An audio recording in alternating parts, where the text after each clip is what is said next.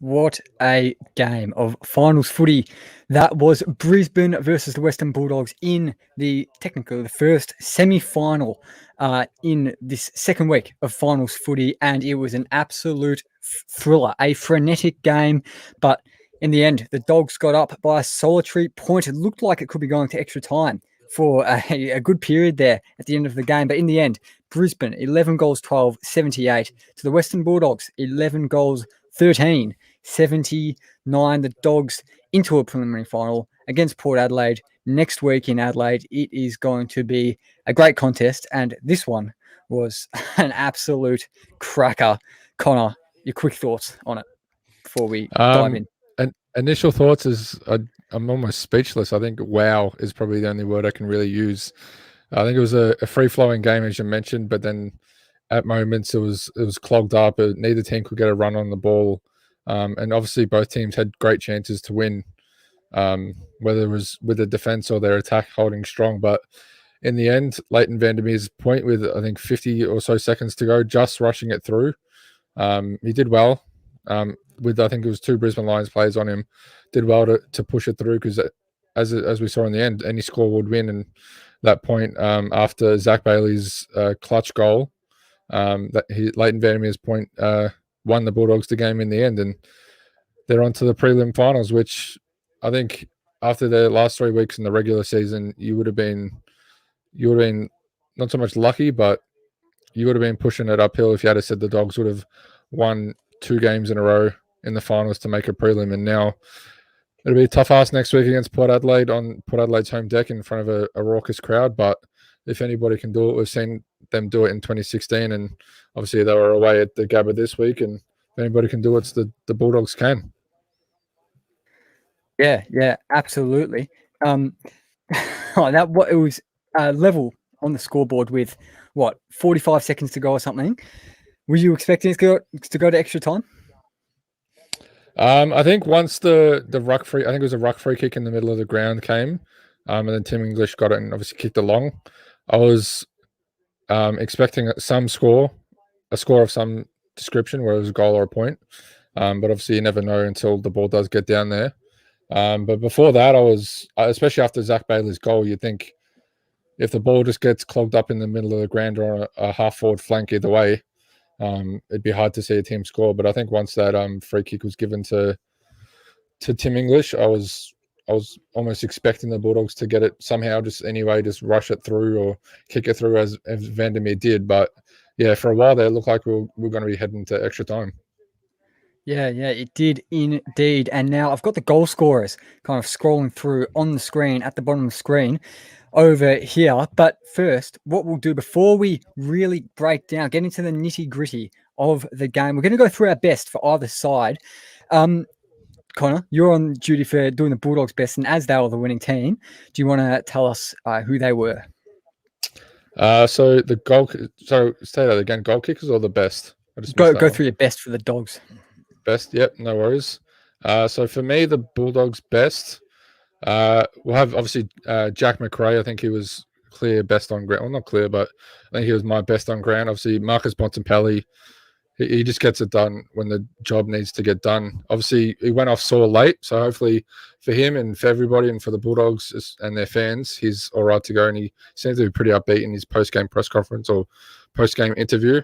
But we'll just have to wait and see. Bayley Smith started off poorly with his kicking, had a few wayward kicks, and his decision making just wasn't quite there, but finished the game incredibly well in that late goal. But if it wasn't for Zach Bailey's, that would have Smith's late goal would have been talked about for years as a match winner. I thought Caleb Daniel as well. He worked his way into it. Another one that started slowly, but his impact when he has the ball is just tremendous, and he's arguably one of, if not the best pure kick in the AFL. And the last two and the best for me were just Alex Keith and Easton Wood. I think in the first quarter, obviously Charlie Cameron ran riot with those 3 goals, and it looked like if he could continue that over the next 3 quarters, and Brisbane would probably win pretty comfortably. But Keith but especially Easton Wood, shut down Cameron and almost held him to 0 impact in the last 3 quarters, and it can't be understated the impact that Keith and Wood had. So, yeah, McRae, Bont, Bayley Smith, Caleb Daniel, Alex Keith, and Easton Wood were in my best for the Bulldogs.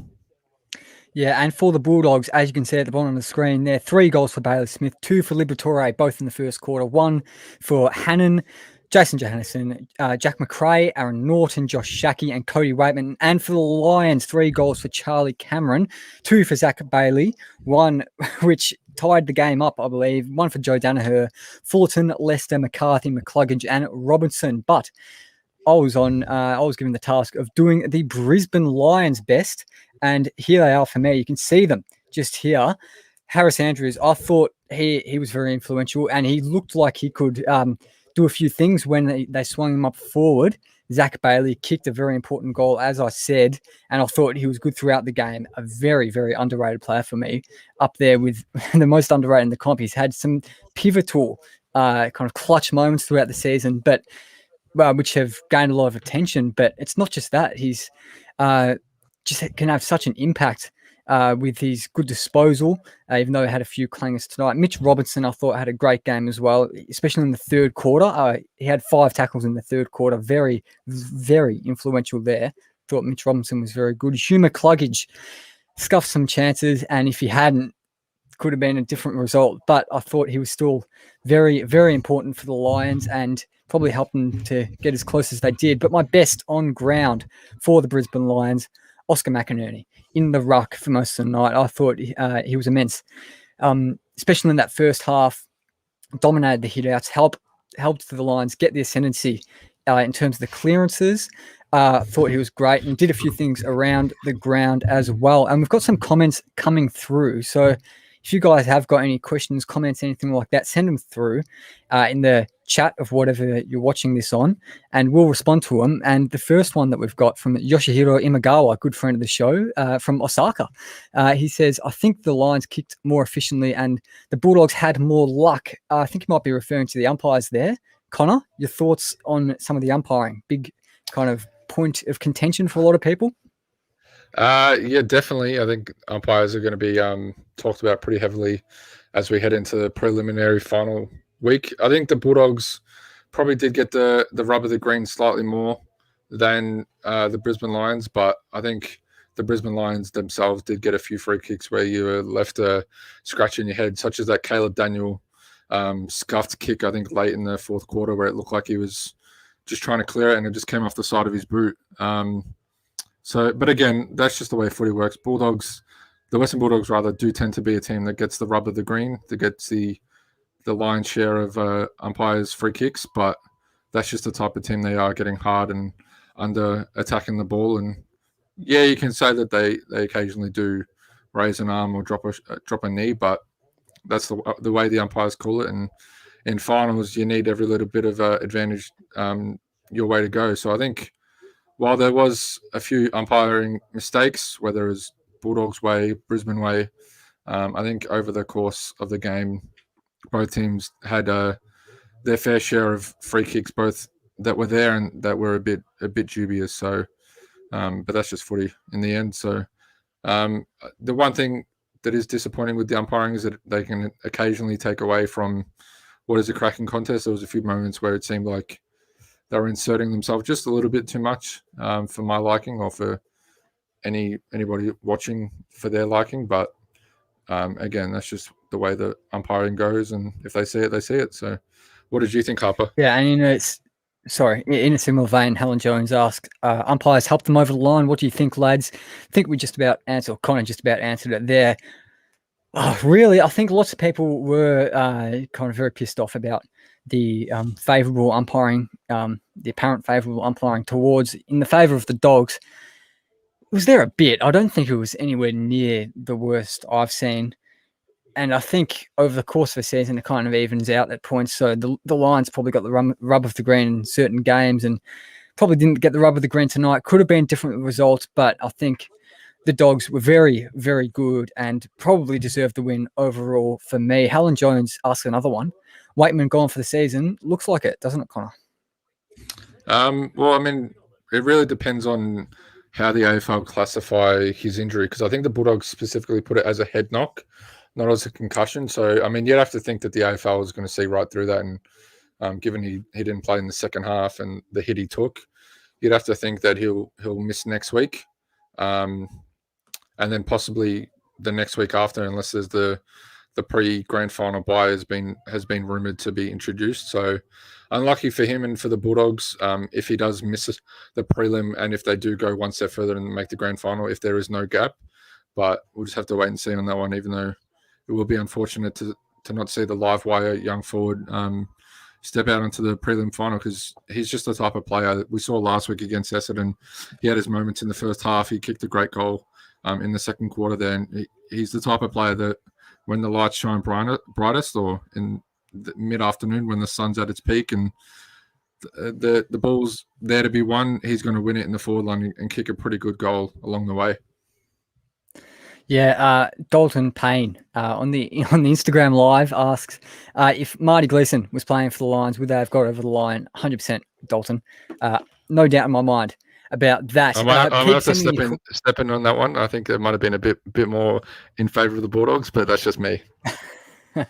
Keep sending your questions and comments through, guys. We'll respond to all of them. So keep them coming through. We're getting some good ones. So, yeah, keep them coming, like I've said. But what we're going to do now is we're going to kind of break it down quarter by quarter. We promised you in-depth analysis, and that is exactly what we're going to give you with this quarter by quarter breakdown. As I said, I've been tasked with breaking down the first quarter a bit, and very, as all finals are really, but it was extremely contested, extremely high pressure quarter. There was only one goal from a tall forward throughout the entirety of the quarter. That was Joe Donahue kicking a pretty nice snap around the body, I think it was. Liberatore in a similar vein, kicking 2 snaps around the body early to get the Bulldogs out to a goal lead at the start, 2-1. But then the craziness for a couple of minutes there, 5 goals in 2 minutes. The commentators were saying 15 disposals in that 2 minutes total for both teams, and there were 5 goals. It was absolute insanity. 4 goals for the Lions, 1 goal for the Dogs. The Dogs really couldn't contain the overlap and the kind of corridor movement that the Lions were really pressing hard, and worked to good effect. That kind of run and gun game for the Lions obviously got 4 goals out of it. Hugh McCluggage, I thought he was very, very good in that quarter. If he kept that up, he would have been my absolute best, but put down to number 2 because he couldn't quite keep that up in the last 3 quarters. But 2 beautiful kicks that led to goals in that quarter, in that kind of frenetic period. That their 2 first goals, actually, for Hugh McCluggage. I thought he was great in that quarter. And in that quarter, there were only 2 marks inside 50 total, both to the Lions. Dogs couldn't get a single one for that quarter. The Dogs couldn't get a single contested mark either. So very frenetic quarter. As I said before, Adam Treloar, very, very quiet that quarter. 0 disposals in the first. McInerney really dominated the ruck, as he did for a lot of the game. 12 hit-outs to his direct opponent. Lewis Young had 1, and Tim English, who was their forward ruckman for most of it, 5 hit-outs. So Oscar Manning really taking this ascendancy in the taps early and led to some good clearances and helped them get through that crazy 2 minutes. And they ended up on top at quarter time, 5 goals 3, 33 to the Lions, 3 goals 4, 22 to the Dogs. What happened from there, Connor, in the second quarter? Well, after the Brisbane Lions were able to jump back on top in the second half of that first quarter, the Bulldogs' back 6 started strongly at the start of the second quarter. I think they limited Brisbane's ability to use the ball well coming out of defensive 50, and even limiting Brisbane just getting the ball. I think they set up a pretty good defensive wall along the sort of the Bulldogs forward 50 across the middle of the ground, and just limited the Brisbane Lions options coming out of defensive 50 and really shut them down, which for a while caused a bit of a stalemate as both sides were sort of in that classic arm wrestle after a frenetic first quarter, as you mentioned. I think both sides sort of settled down and tried to play more of a defensive shutdown role on each other, and which resulted in a low. It still was a quite open game, but neither side was able to take advantage and kick goals as quickly as they did in the first quarter. Liberatore, you mentioned there, kicked those 2 first quarter goals and started like a house on fire. But I think he did finish with just 7 touches at the halftime, and I think Brisbane did a really good job of limiting his impact at the contest and just around the ground. He wasn't able to get in and under because he always had a man next to him or close by that stopped him from going in and working off of Oscar McInerney, who more often than not won the ruck contest. And then Liberatore was unable to go and get that contested ball. You mentioned Treloar as well, still had no impact. I checked at halftime, he averaged 25 a game through the first 10 rounds, and he had 0 after 1, and I think finished with maybe 5 at halftime. So clearly he did pick it up towards the end. He had his moments, but he's well off his best at the moment. And you just wonder if that injury is playing a factor, whether it's fitness, whether it's he doesn't want to re-injure it. And it'll be interesting to see how he goes next week in the prelim final. I mentioned Waitman. Although he did miss the second half, he kicked a really nice goal after a quietish opening first quarter and a half. When he did get his chance, he took it really well. Another one like that was Joe Donahue, kicked the goal in the first quarter, but as he was for the most of the game, and especially in the second quarter, just had no impact. Couldn't get the ball to ground when it was kicked into the forward line, and barely got any space, which I think was due to Alex Keith and Easton Wood especially, just shutting him down and not allowing him that run at the ball.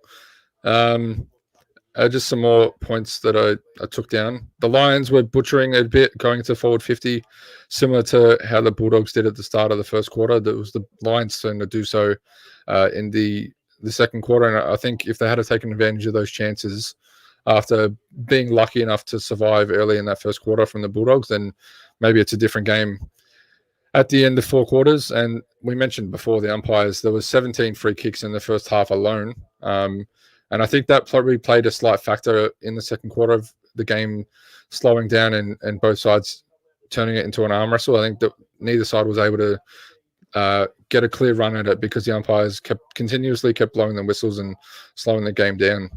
We saw Bontempelli had a late miss with, I think, about 3 seconds to go, which would have been a huge goal going into halftime, but in the end, obviously, it didn't matter. And then Jack McRae, 24 touches in the first half. He was just immense. And was clear best on for me. And then my final point was Easton Wood.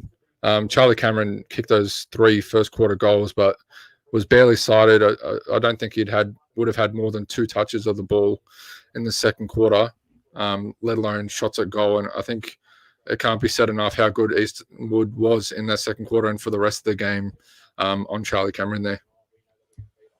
Yeah, and just sorry to the viewers, I left for a few seconds there. I accidentally closed the tab because it's a bit chaotic for me at the moment, sharing it on the Twitter, all things like that. So clicking all over the place. But moving into the third quarter, it was 6-5-41 to the Lions to 6-6-42 for the Dogs at half time. But the first half of the third quarter, the Lions really, really gained the kind of upper hand.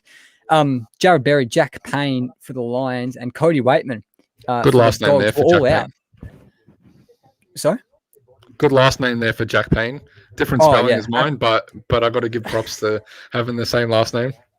Yeah, we love that. Those guys were all out for the entirety of the second half due to a various range of injuries. Helen Jones mentioned it before. Cody Waitman looks like a concussion. Hopefully not, so he can play in the preliminary final. But the game really turns into a bit of a scrap in that third quarter. Brisbane gained the upper hand in that first half of the third quarter. As I said before, Hugh McCluggage, very nice set shot finish from around the boundary for the opening goal of the quarter, put the Lions into the lead. He had 2 shots pretty soon after, missed both of them. Hugh McCluggage, a bit notorious for missing set shots, and in the end, you could say it cost his team the game. Maybe it would have been a different game if he scored them, but all hypotheticals, really. Charlie Cameron, he teed up Zach Bayley a bit later for, very unselfishly of Charlie Cameron, for their second goal of the quarter, put them into around about a 2-goal lead. So they were looking very, very good. Had 9 inside 50s to 4 halfway through that third quarter. And it looked like they'd kind of blown the Dogs out of the water. They would just wave after wave of attack. Every time the Dogs tried to go forward, they really couldn't. And the few times they did get it inside 50, it was scuffed inside 50s, and there was a bit of a fumbled thing with Hannon and who was the other guy? Was it Shackey? It was Josh Shackey. Yeah, Josh Shackey and Mitch Hannon. But then in that second half of the third quarter, the Bulldogs really came back into it. Bontempelli, he nearly had a nice, very composed goal from 50 for their first goal of the quarter, but upon review from the ARC, found out it was touched. So they still didn't have a goal in that third quarter. But after that, Ryan Lester, the sub, he kicked his first goal of the year, put the Lions 18 points up, and they were looking very, very good. But soon after, Jason Johannesson kicked a very nice goal from about 50 as well. Just his second touch of the game. The other sub, Hugh McCluggage, he was giving away frees all over the place. He gave away a 50 to Alex Keith. Alex Keith, not known for his goal scoring. He had the chance to kick a very important goal for the Dogs, but he missed it from about 30 metres out on really not much of an angle, so a bad miss. And I was thinking maybe the Dogs with Cody Waitman on the bench in the polo shirt, maybe they were missing his kind of sharp shooting abilities. He's a very accurate kick at goal. He can sneak a goal out of anywhere, really, that guy, Cody Waitman. But Hugh McCluggage gave away another free kick. A few minutes later, Jason Johannesson, second goal of the quarter. Didn't kick a goal, kicked a point on the siren for the Dogs. He could have kicked a goal, and at 3-quarter time, the Dogs had kicked 1 goal 5 that quarter, so they were 7-11-53, and the Lions were 9 goals 9. Oh, not 9 goals 9. That doesn't make too much sense. 9 goals 9, 63, I think. I might be a bit wrong there. I've mistyped that. But anyway, bit of a wrap-up for that quarter. I thought Kadeem Coleman was very, very good. He had a bit of a purple patch in that quarter. 7 disposals at 100% efficiency. Bontempelli 10 disposals at 70%. And Mitch Robinson, as I mentioned right at the start, 5 tackles after having none in the first half. But I think when the Dogs, how they improved, I think they improved the clearances, which really helped them work their way back into that game and into that quarter. 7-16 for the clearances in that quarter in favour of the Dogs, and the ruck battle really evened up. Lewis Young and Tim English kind of got to grips with the physicality of Oscar McInerney and quelled his influence a little bit. Jack McRae had 33 disposals at 3-quarter time, and he was ripping it up all game, really. Do you want to continue on into the fourth quarter, Connor? Yeah, gladly. I just want to first report, I've just got the Channel 7 broadcast on my TV here, and along the bottom ticker, it did mention that Cody Waitman will miss next week with concussion. So it seems like he's pretty much definitely ruled out at this stage. Whether that changes over the next couple of days with how the Bulldogs medical team reported it, it remains to be seen. But at the moment, I think Cody Waitman's going to be missing next week. And as for the fourth quarter, I mean, it had a bit of everything back and forth. McRae kicks the first goal of the quarter within 50 seconds, reminiscent of his 2016 prelim match-winning goal against the Giants up at Giants Stadium. The man just knows when to kick accurately in front of goals. And just a goal on top of his performance, I think, sealed for me why he was the best player on the field over the 4 quarters. And then another quick goal by Shackey. You could argue poor defense by the Lions, allowing him that much space so deep inside forward 50, but he took his time. I think when he gathered the ball along the point posts, I think he thought he may have to rush it and just chuck it on the boot, but he took his time, which is so hard to do in such a pressure-filled environment at a pressure-filled moment. Took his time, snapped truly with defenders coming at him, and the Bulldogs were somehow in front after being down 2, 3, 4 goals at one stage. They were now back in front, and I think that just goes to show the fight that this Bulldogs team has. They've showed it over the course of the 23 rounds. Obviously, rounds 21, 22, and 23, they were pretty poor to their standards, losing all three. But I think tonight, especially that first 5 or so minutes of the fourth quarter, just showed that the fight that the Bulldogs as a group have in being able to withstand any pressure and still fighting back. We mentioned Bayley Smith with his 3 goals earlier, but I think for me, McRae obviously was doing McRae things, but Bayley Smith was the one leading from the front in the early part of that fourth quarter, making up for his poor start. I've written down because he did make those few mistakes to open the game, but he was tremendous in his fourth quarter. And if I had to pick an MVP of the fourth quarter, obviously his late goal would seal it, but he, for me, would be the MVP for both sides. Just his will at the contest and around the ground, his decision-making was on point. The goal he kicked was, if that was me, I probably would have kicked it 50 rows into the stands. I would have been that nervous. So to see him stop that truly, and then just how he played around the ground was just tremendous. It was tremendous, rather. Like the Brisbane Lions did in the third quarter, the Bulldogs brought their own pressure, and I think that's really what changed the game. Obviously, they worked their way back into it late in the third quarter, but in the first half, if you will, of the fourth quarter, their pressure around the ball, not allowing Brisbane to get their hands on the ball, and when they did, not allowing them to get clean use of the ball, it was just immense and went a long way to keeping the game in the Bulldogs' favour and allowing them to hold on in the end. Donahue was still having not much of an impact, which you have to argue if he has a couple of marks, another goal, does Brisbane go on to win, just because he was almost a non-factor after his goal early. I think it was midway rather through the fourth quarter. And if he has an impact, any sort of impact in the last 3.5 quarters, do Brisbane go on to win and make a prelim final for the second year in a row. You mentioned Harris Andrews was in your best. He pushed forward and took a great mark. Obviously, he did miss, I believe. Did he miss? Yeah, I don't think he kicked a goal for the game, so yeah, he must have missed. Yeah, no, he did. He missed. He pushed it left. I think it started right, straight, but then he pushed it left. Which, yeah, as a defender, you do expect that type of kick. But again, that's another one. If he kicks that, do the Lions go on and take the win and move on to next week? But we'll never know because he missed. So McRae, after his hot start in the fourth quarter and over the course of the game, was stuck on the bench, I think, for 5+ minutes. Luke Hodge, the boundary writer for Channel 7 there, mentioned, which I think helped Brisbane after the ferocious start by the Bulldogs. I think that's what helped Brisbane slowly keep themselves in it and work their way back into it, because McRae wasn't able to come back on and have his usual impact at the contest. Obviously, he was able to get back on, but you think that 5 or so minutes that he was on the bench helped the Brisbane a lot more than it did the Bulldogs there. And then with about 5.5 minutes to go, the Bulldogs took a 1-point lead before Caleb Daniel. I mentioned it at the top of the broadcast with our umpire discussion.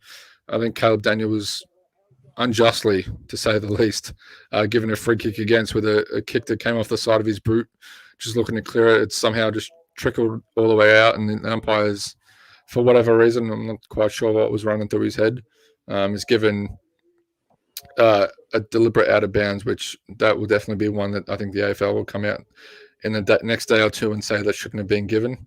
And just a couple more points. Dane Zorko had a wild shot at goal with about 3 minutes and 30 seconds to go that somehow hung in the air for about 12 minutes and then somehow didn't go over the point post, the left side and not the right side, and it went out of bounds, which the Bulldogs would have been praying to whoever is up there in the sky, because I think if that's a point, then it might have fallen into the Lions' hands rather than the Bulldogs, as it did in the end. And then just finally, obviously, Bayley Smith's goal on the run, wrong side for a left footer, but was never in doubt once he kicked it, and that capped off a brilliant second, third, and fourth quarters, because he started slowly, but his second, third, and especially that fourth, he was just immense. And 3 goals in a semi-final, you can't ask much more from a midfielder than that, rather. Zach Bailey's tying goal with about a minute 30-minute, 40 seconds to go, which after a beautiful sidestep out of a contest at the top of the 50, and then slotted truly under almost no pressure, but you still got to go back and make the kick running into an open goal. And then, as we mentioned, Leighton Vandermeer, the Bulldogs got the free kick for a ruck infringement, I believe, with about with about a minute 10 to go. Bombs forward. It's packed to the ground. Leighton Vandermeer gets the ball, tackled by, I think, 2 players, and then somehow just gets his foot on the ball and it trickles through for a point. And that was the end. Brisbane had their chances late with a couple of throw-ins, but after a Caleb Daniel clearance, which led to a mark by a Bulldogs player, didn't quite catch who it was. That was all she wrote. And then in the end, the Bulldogs were able to hold on for the 1-point win. Yeah, I don't know how that stacks up for you in terms of kind of recent finals, in the pantheon of recent finals. I thought it was one of my favourites for years. The GWS Sydney one last week was an absolute cracker. Which one did you prefer? Just kind of as a neutral, you being an Essendon fan, obviously, did you prefer to watch last week's GWS Sydney game or this one this week? What was the more exciting one for you? Definitely this week. I think last week's GWS versus Sydney game was towards the end, the last 5-10 minutes even. I think it was all Sydney way. And it was almost just the Giants holding on for dear life and just holding on for as long as they could. Whereas this one was, obviously both teams were holding on, but it was back and forth. We saw, in the last 2 minutes, we saw Bayley Smith's goal, and then we saw Zach Bailey's goal. Then we saw Vandermeer's point, and then we saw the Brisbane Lions get 1 or 2 cracks at it in their forward 50 before it ended up in the Bulldogs' hands. So I think just the up and back nature of the game, for the most part, the Bulldogs versus Lions game, this one that we're covering right now, I think the up and back nature of this one just tops it for me over the Giants versus Sydney game last week. How about you? Yeah, I think this one tops it because especially the atmosphere in Brisbane. I always really, really enjoy watching big games at the Gabba because it's such a raucous crowd. They're all so fired up. Their team hasn't been too successful until these last kind of 3-4 years. The decade preceding that, they hadn't been too good, the Lions, and they're really excited to see their team up and about. And I always feel it's a cracking atmosphere up in Brisbane at the Gabba there. So that's a big reason why this kind of trumps it, the GWS Sydney game. So yeah, I enjoyed this one more as a spectacle. We've got a couple comments coming through, questions and comments coming through on the Instagram live, and wherever you're watching, keep them coming. Questions, comments, anything like that, we'll read them out. We'll respond to them, and any of the questions we're asking each other, feel free to answer them in the comments as well. I'll start with this one on the Instagram live from Shinbone Essential. A Geelong versus Bulldogs grand final will be the umpire's nightmare and selecting who they want to win. What do you reckon about that one? I mean, it's just a case of who's going to pay the money to get the free kicks in their favour more. And obviously, I'm joking there. I don't think there's any type of corruption like that in the AFL. But I mean, yeah, both teams are known for drawing free kicks, if you will, for lack of a better term. I do think, though, a Geelong versus Bulldogs grand final will be pretty spectacular. I would give the edge to Geelong, but if that were to happen, but I mean, beyond the umpiring calls, whichever way they go, I think that would be a pretty good spectacle. Yeah, absolutely. Geelong versus Bulldogs grand final, bear cracker. There's another one from Dalton. I've lost the exact wording of it, but it's something to the effect of Brisbane and Essendon won the same amount of finals this year. Did Joe Donahue make a mistake in leaving the club? I mean, objectively, no, he didn't. He's clearly been able to play have a much bigger role at Brisbane than he has in Essendon in the last 3 years. 2019, 18, 19, 20 at Essendon. I think he played 11 matches total.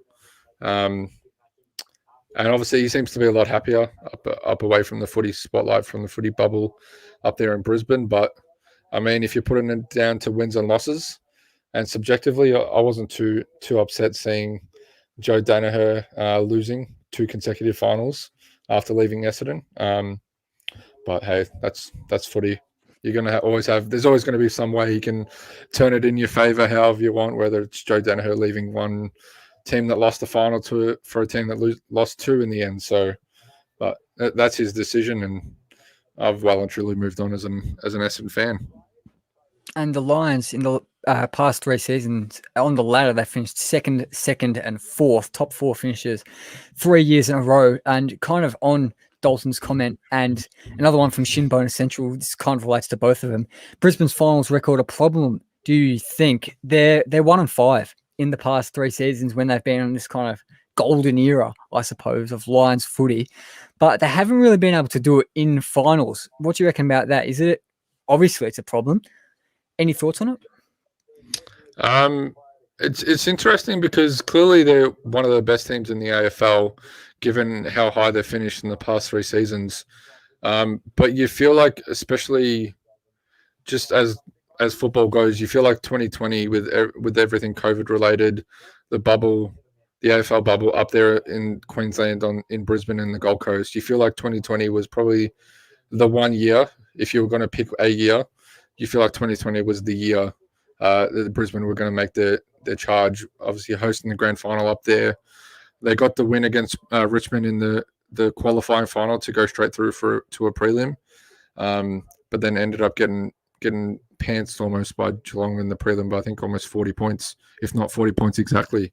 So, yeah, it's an interesting one, and it's hard to point out exactly what they need to do differently, because obviously tonight they lost by a single point, so you could argue that a single kick changes the entire game and they're into another prelim and they're 2-4 rather than 1-5, and with every chance of making it into a grand final. But yeah, it'll be interesting to see how they go in 2022, what changes they make in order to try and rectify that poor finals record over the past 3 seasons.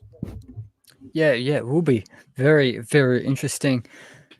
I really want to know, I'll look it up, what their kind of list and the age demographic of Brisbane's list is looking like, because maybe you could attribute their kind of underwhelming performances in finals down to a young list, because they've still got a few young players, but they're getting more experience, and having played 6 finals in the past 3 seasons and only won 1, that's a fair amount of finals experience, and to only have won 1 game, it's very, very disappointing. I'd like to know the viewers' opinions on this. Do you think how much of a problem is this kind of hoodoo that Brisbane's experiencing at the moment in the finals? How much of a problem is it for them? But something I'll move to, I know a few Dogs fans will no doubt be watching. So Dogs fans, let us know what you're thinking, how you're feeling right now. You're undoubtedly very, very excited, but let your passion, let your emotions out in the comments of wherever you're watching. I know there's a few people watching on the Instagram Live and the Facebook and the Twitter and the YouTube and everything like that. But can the Dogs go all the way for you? Big game against Port next week, as all prelims are. Can they go all the way? Just first on your point about the Brisbane Lions age profile, just having a look at their list now. Grant Burchell is their only 33-year-old, and it'll be interesting to see if he goes on for 1 more year. You could probably argue he will, but he may be one of those players that plays every 2 out of 3, 2 out of 4, just to give his body a rest. Dane Zorko and Mitch Robinson are both 32.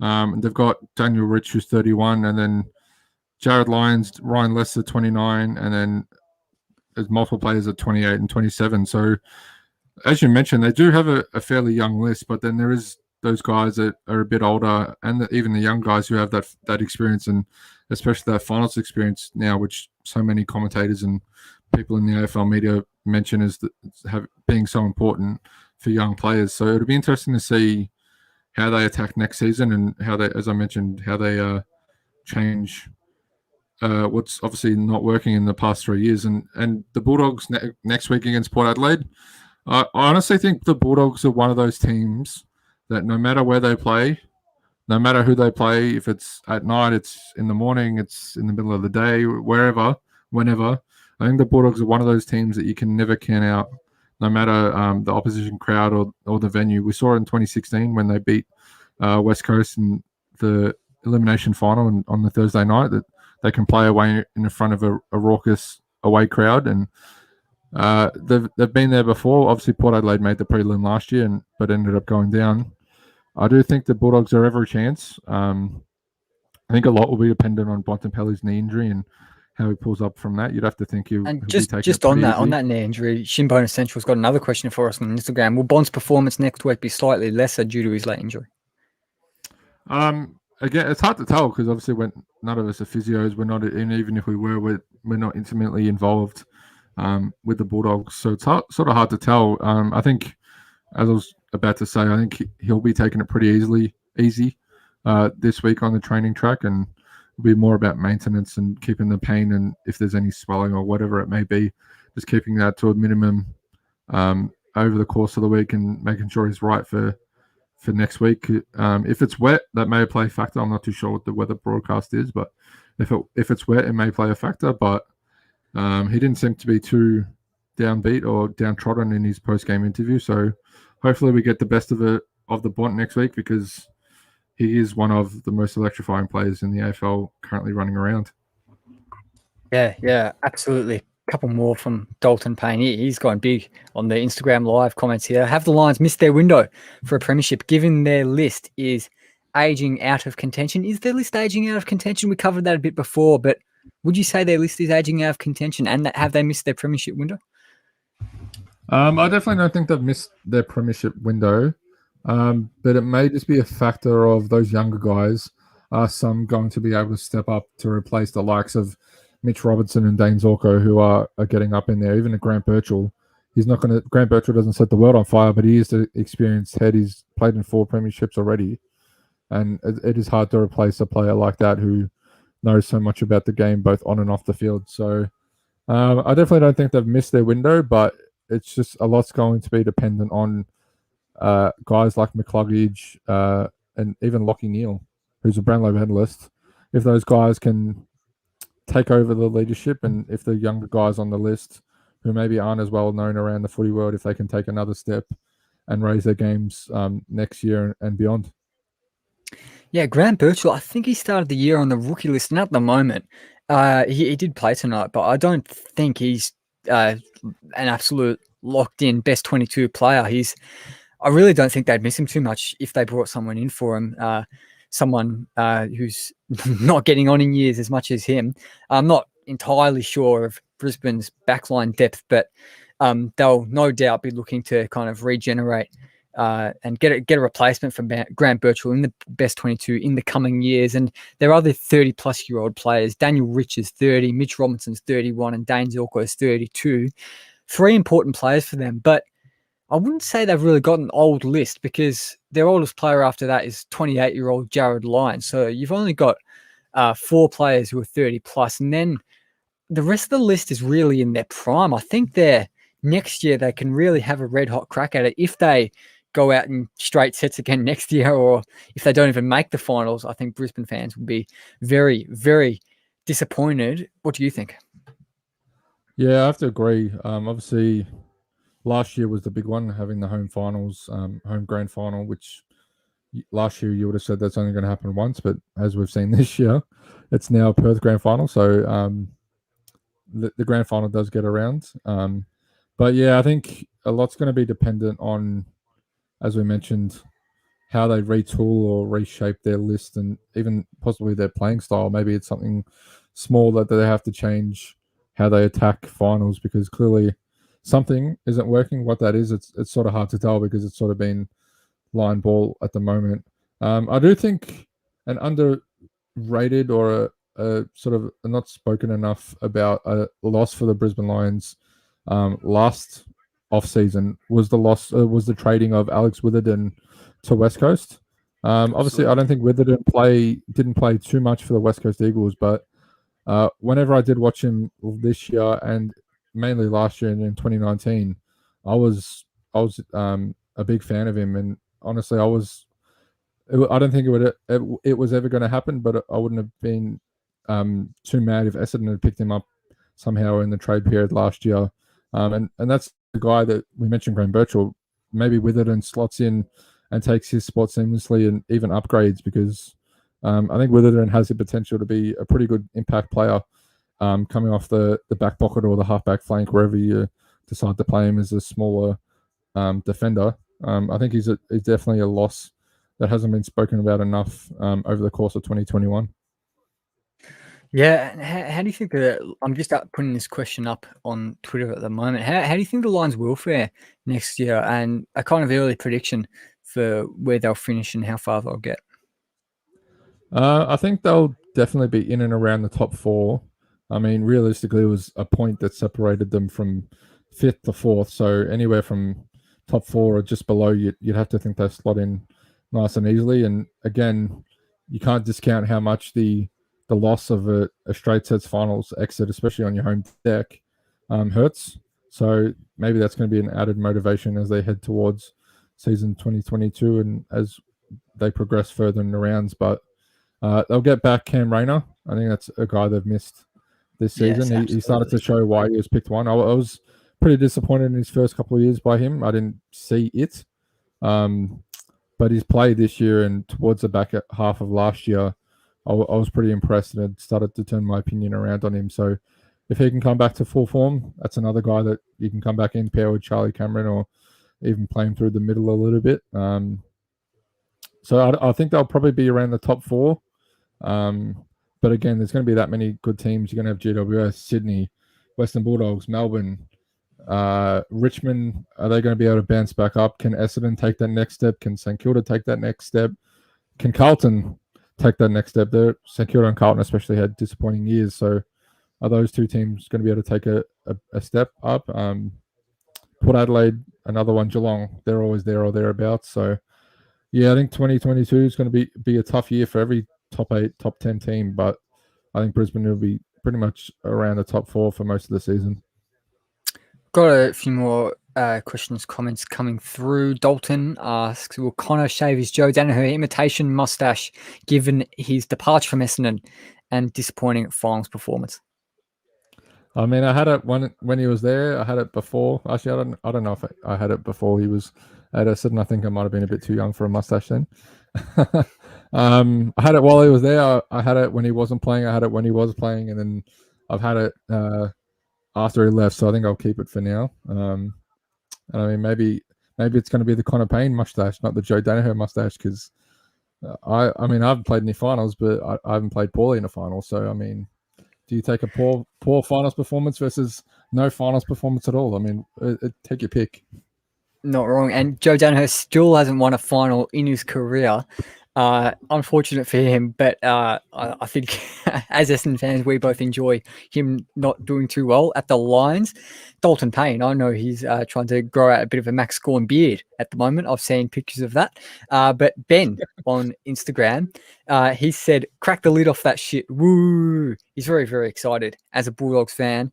Bulldogs fans who are tuning in, let us know how you are feeling. Undoubtedly, you are just pumped after that thrilling victory. We've been talking a lot about the Lions, but we haven't really touched on enough. The Bulldogs, of course, the winning team who are into a prelim. Geez, I asked before, can they go all the way? What do you make of the contest next week and early thoughts going into the game against Port Adelaide? Is the date and time out for that yet? I'm not sure, but it'll be at Adelaide Oval. So thoughts ahead of that? I mentioned it slightly before. I think I give the Bulldogs as big a chance as anybody currently left in the finals to take it up to Port Adelaide at Adelaide Oval in an away. I mean, it is an away prelim final. We've seen them do it in the past, and especially on the back of today's performance against a raucous Gabba crowd. They would have had every reason or every right, especially with Cody Waitman going down at halftime.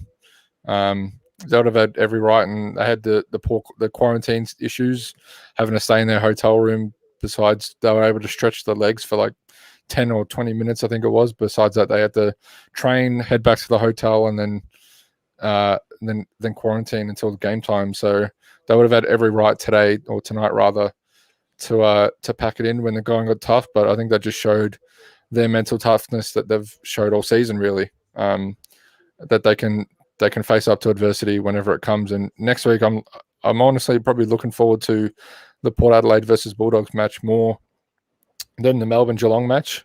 I just think that Port Adelaide versus the Western Bulldogs is a lot more evenly matched. For me, even you could argue that Melbourne is a better team or Geelong are more dangerous, but I think just Port Adelaide versus the Dogs is a lot more evenly matched across the ground, and I'm pretty excited to watch it. And I'm not too sure who I'll tip at the moment, but honestly, I'll put it out there now. I would not be surprised if I do end up tipping the Bulldogs.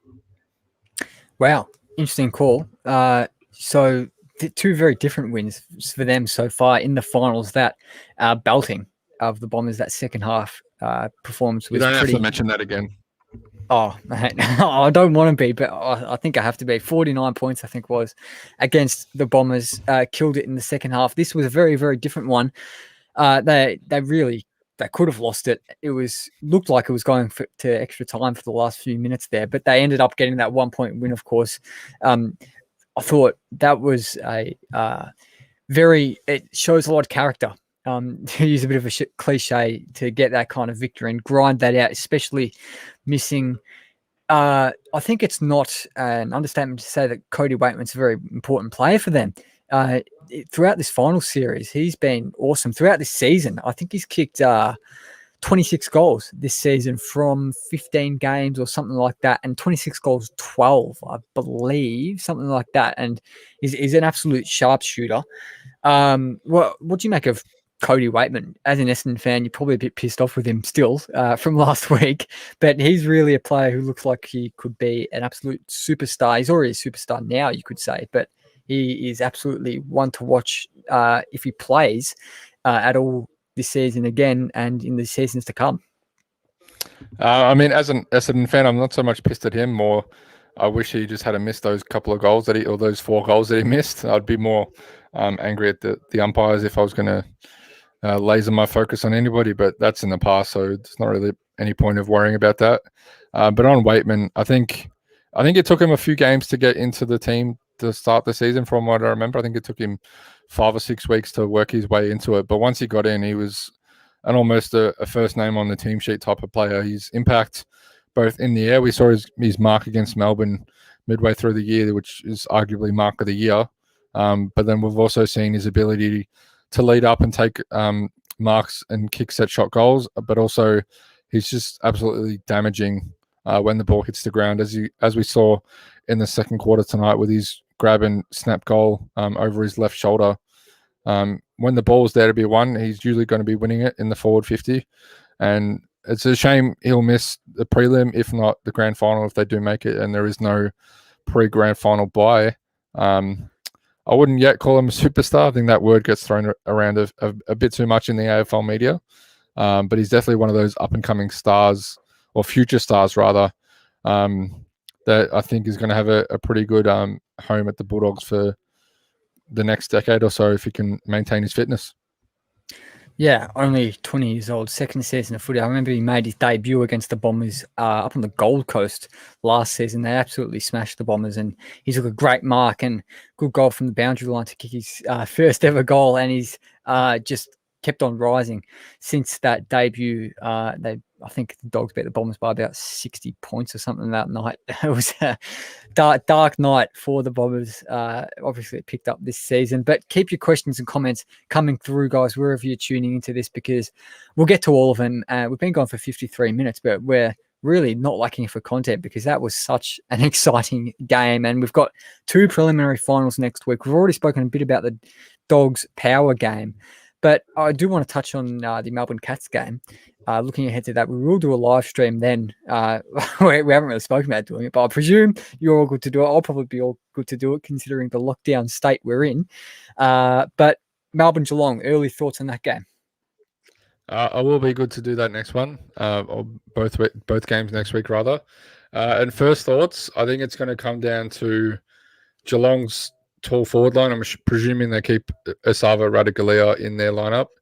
So it'll be pretty much a battle, I think, of Tom Hawkins, Jeremy Cameron, and you could throw Radagalia in there as well versus Stephen May and Jake Lever. I think that's pretty much it's an easy thing to say, an easy script to write. But I think that's going to be how the game is won and lost for either team. I think if Geelong can get the upper advantage, then they're going to go a long way to get in the win and advancing to a grand final for the second year in a row. But as they've done for, I think, most of the season, Lever and May, if they can quell the opposition's forwards, that helps set up the Melbourne's game beautifully. And I saw a stat last week. Lever and May, I believe, in every game they've played, they've only conceded one score above 98 points. And that was in their first game as teammates back in 2019, I believe. So, which is an incredible stat just to think of. And obviously, finals tend to be low scoring, so you wouldn't be too shocked to see that continue next week. But a battle between Geelong's key forward superstars and Melbourne's key defensive superstars is, I think, what will win or lose the game for the Cats or the Demons. Yeah, Lever and May are so important. You could argue they're two of the most important players in the competition for any team, really, I think. But yeah, Melbourne Geelong, I think that will be a really, really good game. I'm really looking forward to it. Geelong have had a bit of a bad run in the kind of latter stages of final series recently. Of course, they won a preliminary final last season, but fell short in the grand final. And Melbourne haven't made a grand final since 2000 and haven't won a premiership since, I think it's 1964. 57 years ago. So it's been a long time for them. We'll get back onto the Melbourne Geelong game in a sec, but another question from Dalton Payne on the Instagram live. Guys, I'll just say, for the people tuning in right now, Dalton Payne is really carrying a big load for the questions he's asking. So if you're not Dalton Payne, ask us some more questions because we love answering them. So get them through, questions, comments, whatever you want. But Dalton asks, what changes can you see the Bulldogs making against Port given the injuries they had tonight? Well, obviously, Cody Waitman's going to be one that comes out. So you'd have to think Jason Johannesson slots back in. And it's sort of hard to say who will slot back in. I'll have a quick look to see who the emergencies were. Well, Jason Johannesson, Medi sub, he'll come into the 22, you'd imagine. In both games last week and today, he's had really good impact. Had a really good impact, rather, as the Medi sub, coming on, kicking goals. I think he kicked at least one last week. He obviously kicked the one tonight, and I think his speed and his intensity when he does come back on as the sub is what the Bulldogs need. So he'll come straight back in, and if I can find the teams here we go. Give me 1 second, as my internet's slow to load, as all live broadcasts tend to be, unfortunately. Yep. Here we go. So where are we? Latest selections here. There we go.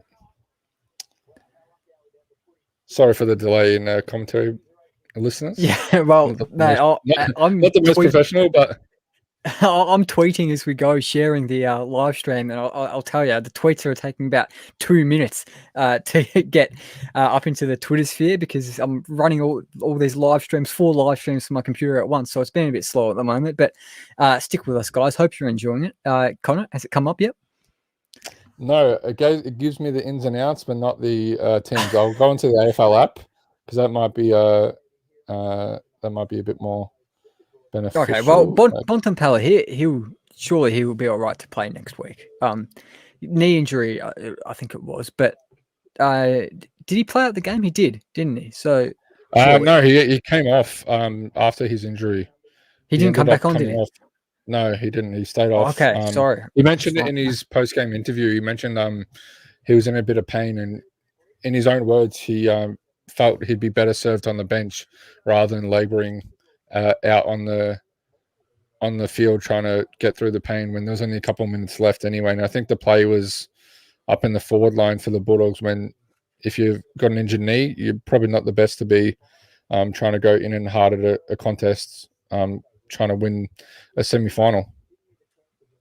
Yeah, we're getting some good views on the Twitter here. So if you're watching on Twitter or Periscope or whatever you call it, send through your questions, send through your comments. We have got quite a few coming on Instagram. The Instagram viewers are definitely giving us the bulk of the questions and comments. So Twitter people and Facebook people and YouTube people, pick up your game, fellas and ladies. But Lockie Gibbs, of course, co-host of the Where Do We Begin podcast.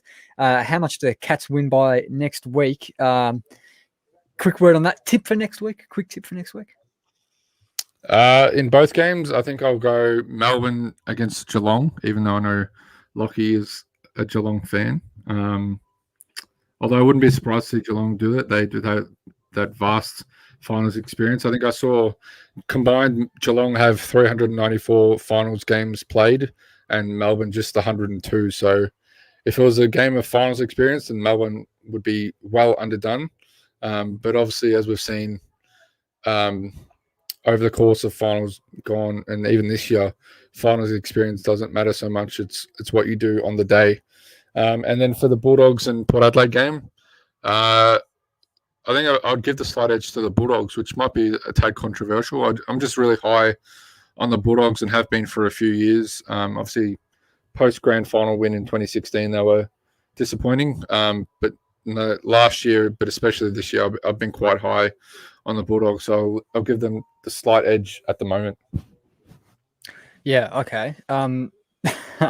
Lockie says, Connor, bad luck, mate. Already 1 out of 2. And a question from Harry Lilly, who's your picks for the grand final? Very early call for that. Grand finals are 3 weeks away to the day. Early premiership tip for you. You go first and I'll go. I mean, you can't really go past Melbourne. We saw what they did to Brisbane last week, and then the Bulldogs were only just able to beat them by a point, and Melbourne beat them quite handily. So I think it'd be hard to go past Melbourne, but I could realistically, you could see any of the 4 teams remaining win the flag in season 2021. But for me, Melbourne at the moment. But I guess that's the beauty of footy. You never know until the day and until the final siren sounds who's going to win. And as I said, I could see any of the 4 teams getting the job done next week.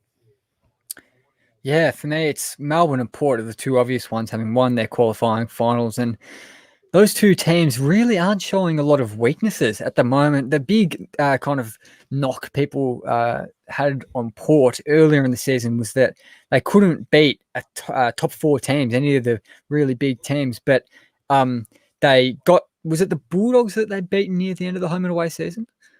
Yeah, they beat them in round 23, last round of the season. Yeah, and then, of course, they beat the Cats in the qualifying final. So 2 wins against good teams, top 5 teams. Bit of a streak they're getting up there, and they're obviously playing the Bulldogs again. Yeah, they're playing the Bulldogs, aren't they? Yes, they are. A bit of a mind block there, but they are playing the Bulldogs. Good record against them based on their last game. So I think the Port really have, it's kind of weird to say this because they are in a prelim final, having won a qualifying final, but I think they are going under the radar a bit, and people aren't giving them enough credit for the amazing couple of seasons they've had. But Melbourne, it's also hard to go past them. It's really hard to tip between those 2 teams. They're the 2 standouts for me at the moment. Melbourne have just been incredible almost all throughout the season, save for a kind of middle stretch that I had where they went on a bit of a bad run. But I'll go with Port. I'll go with my Port for my premiership tip. Connie, you said you found the team. Do you want to let us know? Yeah, so I finally found the Western Bulldogs team. Who would have thought it'd be so hard to find the team lineups for a game that just happened? But anyway, it's done as done. So their emergencies, they're named emergencies, were Mitch Wallace, Zane Cordy, Anthony Scott, and Jason Johannesson. Obviously, we saw Johannesson as the medi sub for the 2nd week in a row, and you imagine he'll slot straight in for Cody Waitman. But if Bontempelli isn't able to quite get up for the job, or if there's another late out or whatever it may be, you'd have to think. Well, it's sort of hard to tell because Mitch Wallace last year was on fire, one of the better small forwards in the competition, but just hasn't been able to get a good run of it at all this season. And it's hard, as Essendon did last week with Jai Caldwell. Do you bring in a guy out of the cold? Obviously, he's been training, he's been fit, he's been healthy, he just hasn't been able to play. Do you bring in a guy for his first AFL game in some time, or do you play a guy like Zane Cordy who can allow Shaki to play both back and forward, as well as Cordy himself can play as a tall target up forward or as a key defender, as he's been known for over the course of his career? And then Anthony Scott, another one, you can sort of play that half forward or small forward and midfield role. So you'd almost say he's more of a like for like as much as you want to call someone a like for like replacement of Marcus Bontempelli. Anthony Scott would probably be the most likely. If I had to put money on it, he'd be the most likely replacement for Marcus Bontempelli if he were to miss. But again, it's Luke Beveridge, so he could pull anything out of the hat at selection table and come out with a first gamer or whoever, if Bontempelli or somebody else is not able to get up in the end. Yeah, I think Anthony Scott is a good call. Jason Johannesson, you could argue that he's almost the perfect kind of medi-sub. That kind of flair and pace that he has is good to impact the game late on if he comes on, or when other opposition players are tiring. Another one that you didn't mention, this could be a bit out of left field, but obviously he's a bit of a different height to Cody Waitman. But Jamara Ugle-Hagan, he got dropped after playing 3 or 4 games from debut. Hasn't been in the team for a few weeks now. I think he got dropped after the Essendon game. But could you see him coming in? It will be a big call to bring such a young, inexperienced guy into the team. It was a bit strange that he hasn't been in the team considering Aaron Norton's injury. But could you see Jamara Ugle-Hagan coming into the Dog side for the prelim, and Jason Johannesson maybe keeping his spot as that impact medi-sub? Yeah, I could definitely see it. And I think it may, including Jamara in the starting lineup rather than as a medi-sub, may give the Bulldogs a different dimension up forward. If Bontempelli is to miss, which we have no knowledge on how he's looking at the moment. But if he does miss, then having Norton and Jamara as both the taller targets and guys that can lead up at the ball, that would be a handful for Port Adelaide's defenders to stop. Although they do have Ali, who was an All-Australian centre-half back.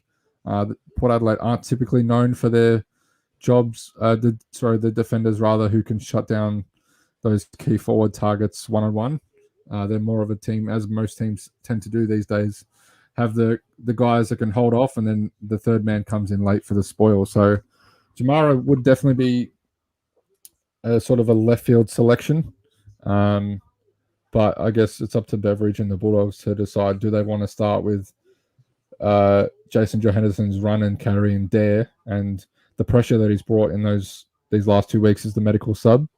Do you want to start with that and hopefully you can hold that up for the fourth quarters, or would you rather start Jamara, who has the talent to do anything in this game, as we've seen so far in this pre-draft highlights, and then still have in break in case of emergency, have Johannesson off the bench if there is another injury? I did say before that Aaron Norton was the guy who got injured. Of course, it wasn't Aaron Norton. It was Josh Bruce. We were speaking about players we get mixed up between last night. I think those two are the two guys for me, Aaron Norton and Josh Bruce. I always confuse them. We have got some more questions coming through. Lockie asked a fair while ago, we might get to that one a bit later because we are talking about the Dogs at the moment, but I'll ask this other one from Lockie Gibbs. Jamara, English, Shaki, and Norton in the same forward line. Could you see that happening? Could Shaki possibly move back into defence next week, as he has been for the last few weeks, in the game against Port next week? Yeah, I think if you're going to play Jamara, you'd have to almost guarantee that Shaki would play the whole game as a key defender. You could have English and Norton in the forward line, Jamara on the bench, or you bring off English and let Lewis Young rock, and then Jamara and Norton can play forward. I think there is ways to get around it, even though it is not necessarily ideal.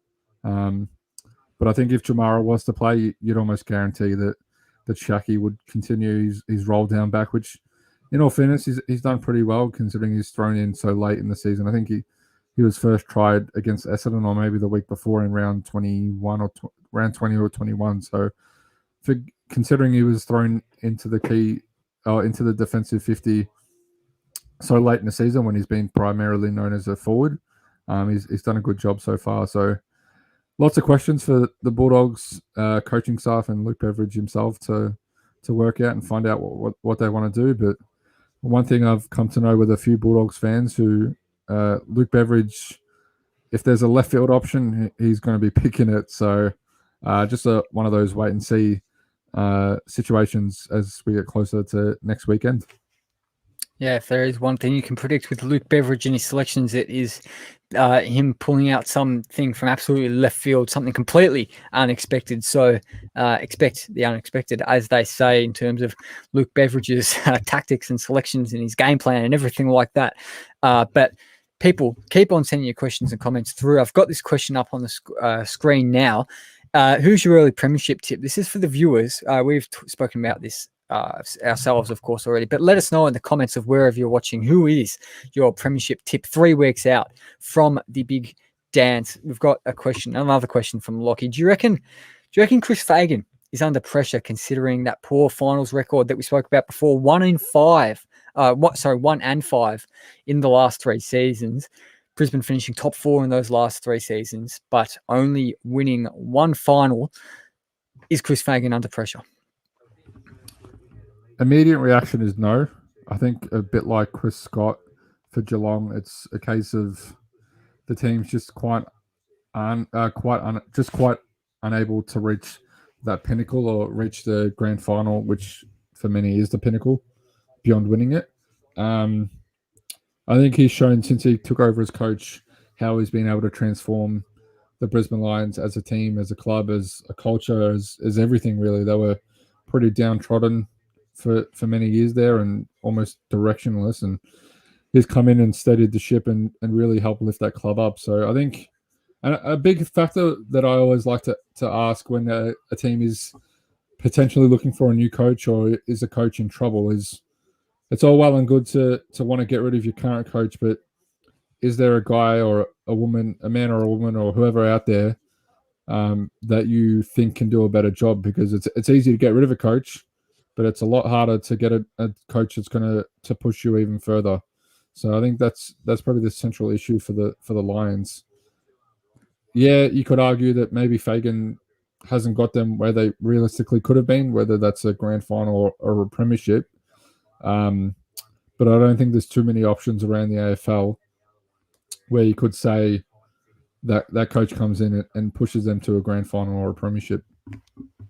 Yeah, in Justin Leppich's previous coach, in his last 3 seasons at the club, they finished 17th in 2015, 17th in 2016, above only Essendon, who had half the team out through suspension. And then in 2017, they finished on the bottom of the ladder, which is why they have Cam Rayner.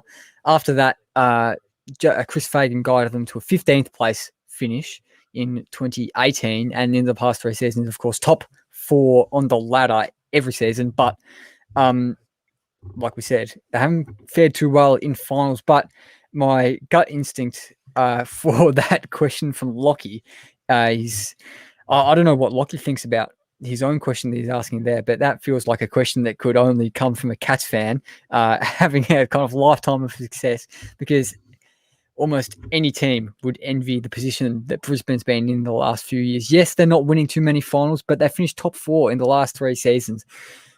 I'll speak from a personal perspective. I'm 18 years old. Essendon hasn't finished in the top 6 in my lifetime. So if we could finish top 4 once, I'd be very, very grateful. And if the coach guided us to a top 4 position, I would never, ever want him to be sacked. I just love him. But Lockie is giving lots of comments through here. Speaking on that, he said the Jamara, English, Shaki and Norton in the same forward line. He's saying that's what I'm saying happens if Jamara came in for Waitman. Wouldn't go with that personally. But then he asks, now hear me out, Harper Pestinger in for the Doggies, goal sneak in left field, like for like change for Waitman. I won't say no to it if they offer me the job. Ben says in response to that, Harper is for sure an undersized key forward. Definitely not wrong there, Ben. Deceptively athletic and a great contested mark. Lockie says also has the swagger of a key forward. Great call. Cheers for that, Lockie. Not sure if I've got too much swagger, but cheers anyway. But yeah, Brisbane. We've spoken about their kind of bad finals run, and we spoke about the predictions for them next season. What it was about an hour ago that we answered the question again. What was your prediction for them next season, Brisbane?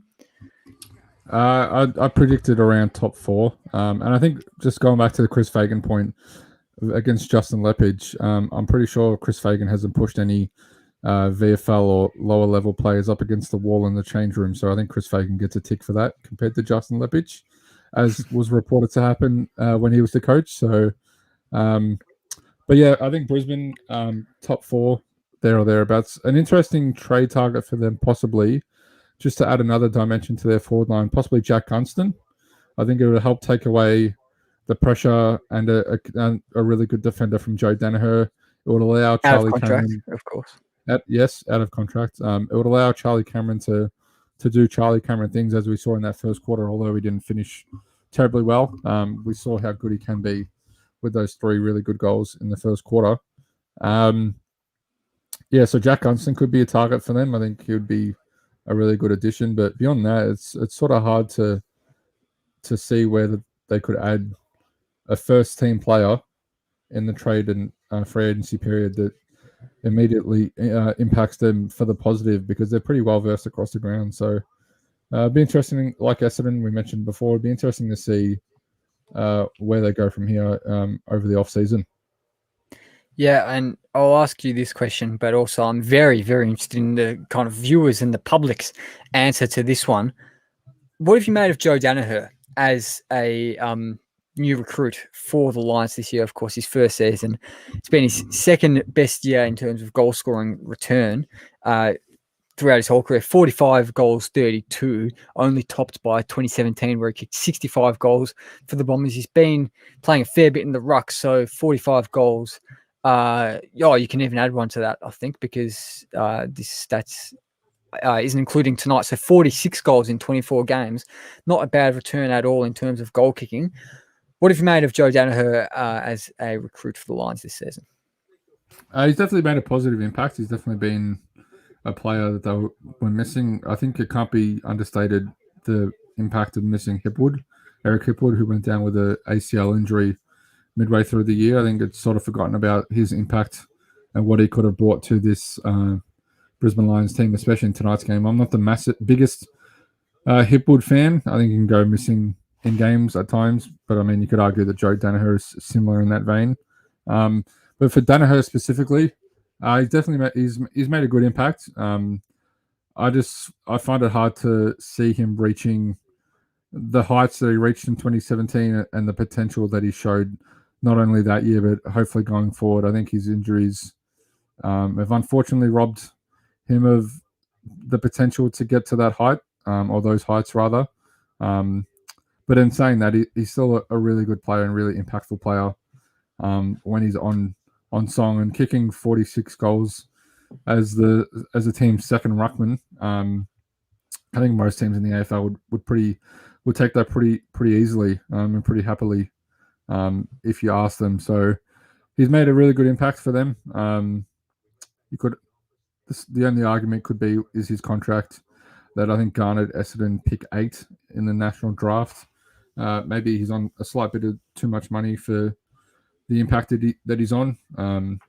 But that's potatoes and potatoes, really. It's ketchup and tomato sauce. It's some people would say he's on too much. Some people would say he's on plenty. So yeah, for me, Danaher's impact has been quite good for the Lions this year. Just didn't quite get it done in these last 2 rounds, finals rather.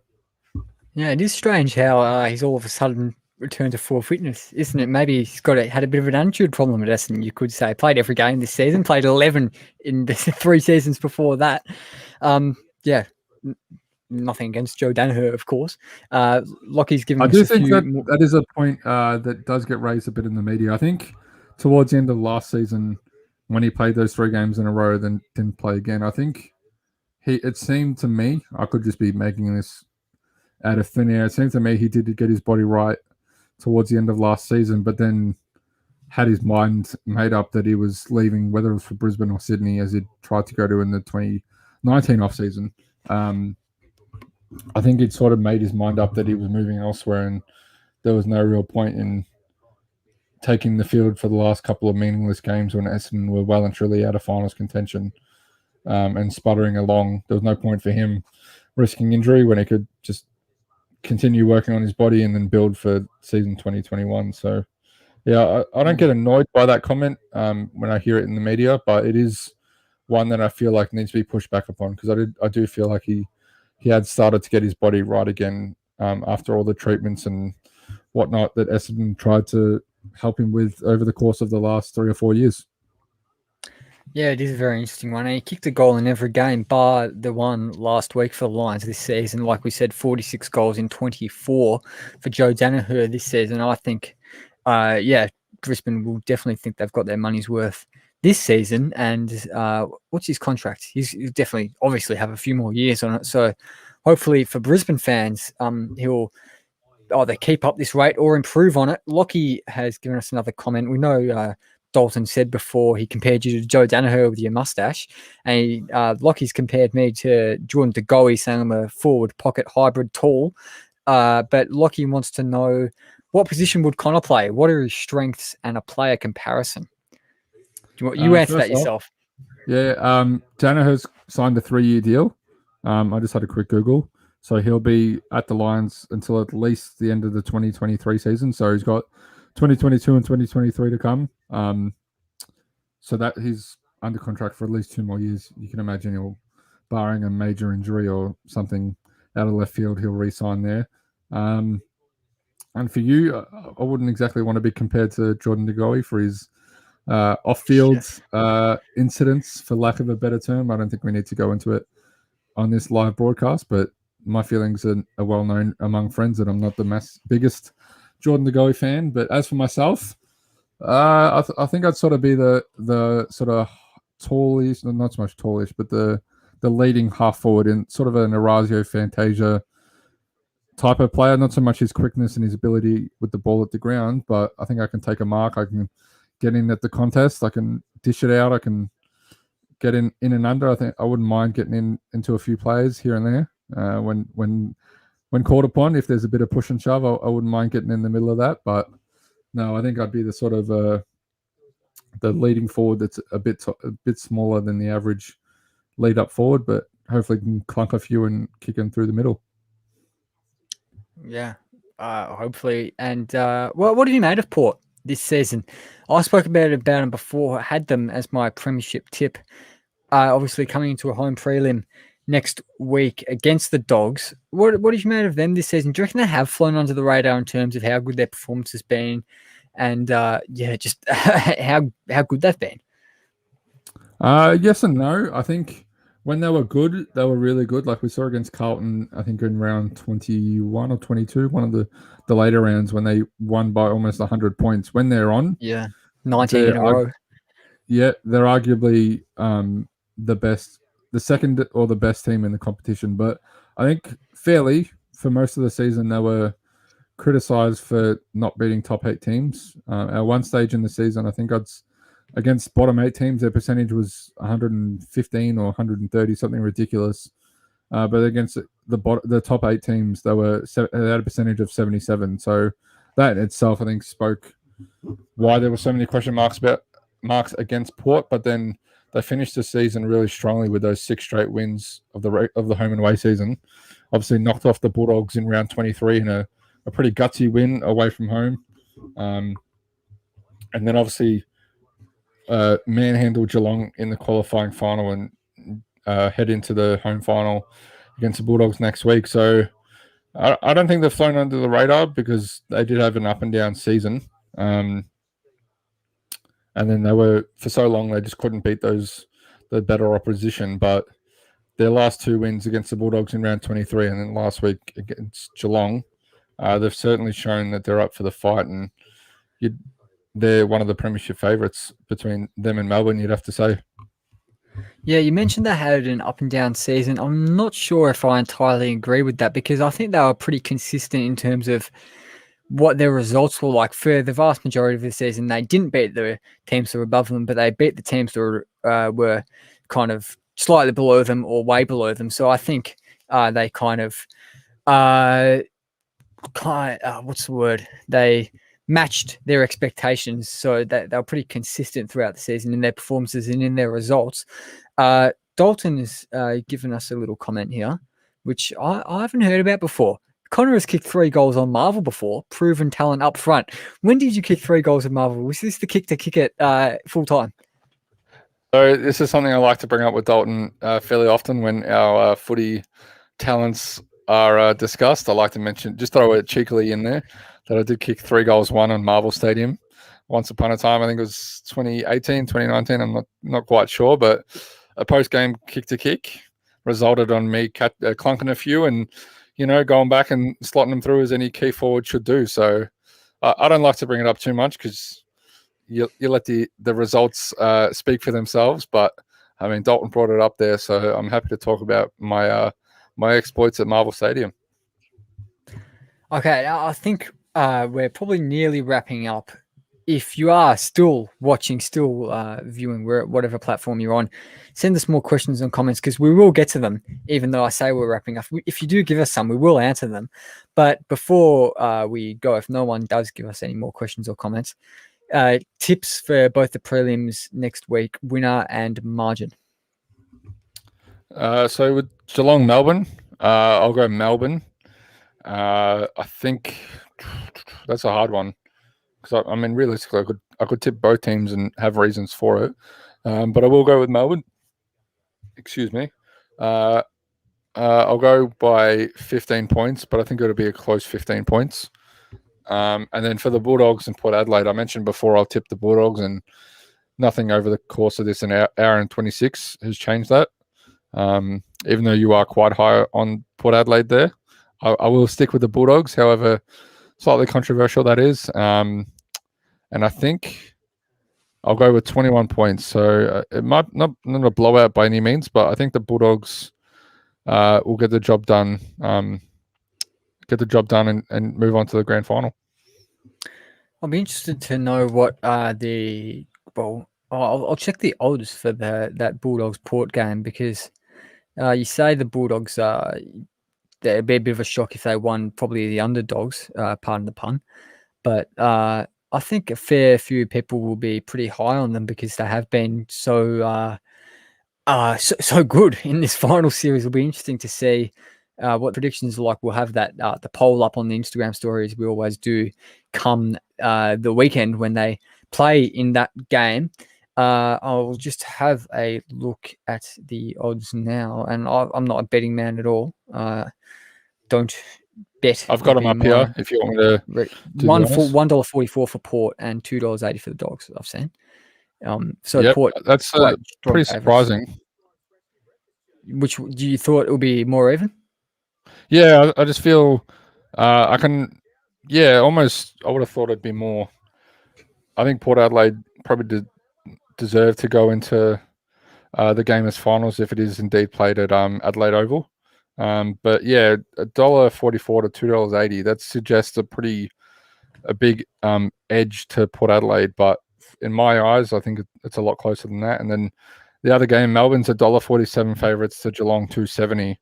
I think that's probably more due to how good Melbourne were last week against Brisbane and how poor Geelong were against Port Adelaide. Even though Geelong did get the job done pretty comfortably in the end last night against the GWS Giants, I think that one's a little bit more warranted in terms of how wide open or how wide rather the gap is between the two sides.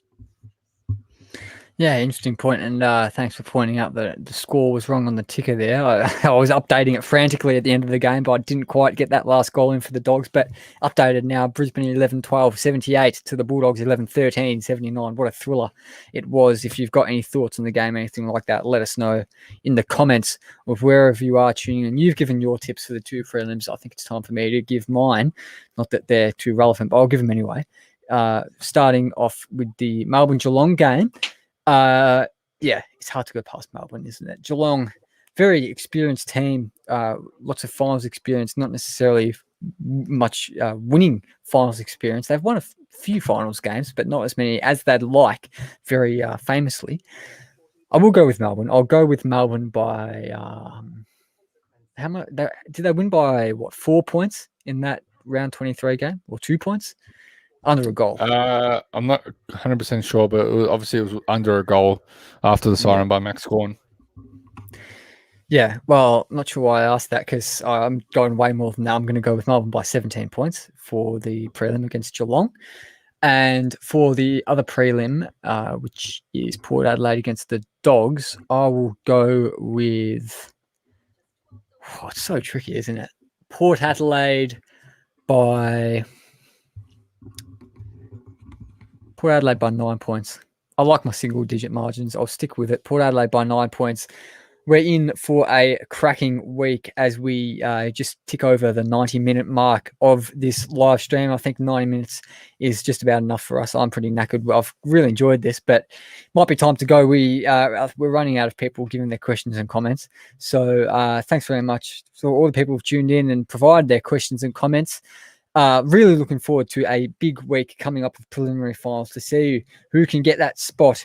Those 2 spots in the grand final on September the 25th over in Perth. It's going to be an awesome week of preliminary finals. Anything you want to say, Connor, before we leave it? I just want to say thank you again for having me on. As I mentioned last night, it's always fun to talk about footy, and especially after a game that was as good as the Bulldogs' 1-point win over Brisbane here tonight. Definitely looking forward to next week. I think both games have the potential to be absolutely cracking games. I mean, as we've seen in prelims in the past, they're often better games than the grand final, and I can't see this year being any exception, at least to the standard of these preliminary final games, given the teams involved and how they both match up. A quick shout out to Dalton for mentioning my 3 goals on Marvel Stadium. I got to give him a shout out there, but no, definitely looking forward to next week. And as we mentioned earlier in the broadcast, we'll be more than happy to jump on here again and react post game to both matches after they happen. Yeah, I've really enjoyed doing this, and I've enjoyed the fact that people have been tuning in all the way through. We've been getting some decent numbers, so thank you very much to all the people who have tuned in and all the people who've contributed to this show, including yourself, Connor. Thanks very much for joining me today. I'll see you next Friday night. Which game is on Friday night? Is it released yet? The Melbourne Geelong game is on the Friday night. Melbourne Geelong on Friday night. So I'm looking forward to talking about that on Friday night. And then the Port Adelaide Western Bulldogs game on Saturday night will be back for both of those. Same place, full time. Looking forward to it, guys. See you then.